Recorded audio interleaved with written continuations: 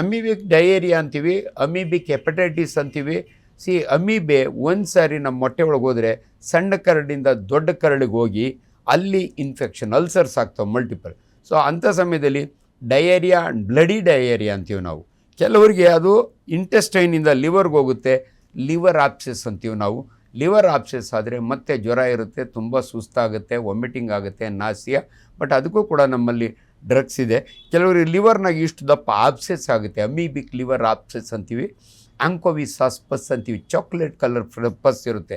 Usually ಪಸ್ ಯಾವಾಗಲೂ ಕೂಡ brown ಇರುತ್ತೆ ಅಥವಾ ಯೆಲ್ಲೋ ಇರುತ್ತೆ. ಆದರೆ ಇದರೊಳಗೆ ಆ ಬೈಲು ಸೇರ್ಕೊಳ್ಳೋದ್ರಿಂದ ಚಾಕ್ಲೇಟ್ ಕಲರ್ಸ್ ಆಪ್ಸೆಸ್ ಅಂತೀವಿ. ಇನ್ಫ್ಯಾಕ್ಟ್ ನಾವು ಮೆಡಿಕಲ್ ಸ್ಟೂಡೆಂಟ್ಸಿಗೆ ಕೇಳ್ತೀವಿ what is the colour of pus in liver ಅಂತ. It is chocolate colour, anchovy sauce ಅಂತೀವಿ ನಾವು. ಆ ಸಾಸ್ ಬಣ್ಣ ಇರುತ್ತೆ. ಸೊ ಇದಕ್ಕೆಲ್ಲ ಟ್ರೀಟ್ಮೆಂಟ್ ಇದೆ. ಬಟ್ ಅಮೀಬಿಯಿಂದ ನೀವು ತಪ್ಪಿಸ್ಕೋಬೇಕು ಅಂದರೆ ರೋಡ್ ಸೈಡ್ ತಿನ್ನೋ ಪಾನಿಪೂರಿ, ಮಸಾಲ ಪೂರಿ ಬಿಸಿ ಇದ್ದರೆ ತಿನ್ನಿ. ಅದರೊಳಗೆ ಪಾನಿ ಇರುತ್ತಲ್ಲ, ದ ಮೋಸ್ಟ್ ಡೇಂಜರಸ್ ಫ್ಲೂಯಿಡ್. ಅದರೊಳಗೆ ಅಮೀಬೆ, ಬ್ಯಾಕ್ಟೀರಿಯಾ, ವೈರಸ್ ಎಲ್ಲ ಈಜೊಡಿತಿರ್ತವೆ. ಅದರಿಂದ ಆ್ಯಂಡ್ ಬಿಸಿ ಬಿಸಿ ಮಾಡ್ತಾ ಇರ್ತಾರಲ್ಲ masala puri, that is not dangerous. But unfortunately ಅದ್ರೂ ಕೂಡ ಡಿಸ್ಪೋಸಬಲ್ ಪ್ಲೇಟ್ ಹಾಕಿದರೆ ಒಳ್ಳೆಯದು.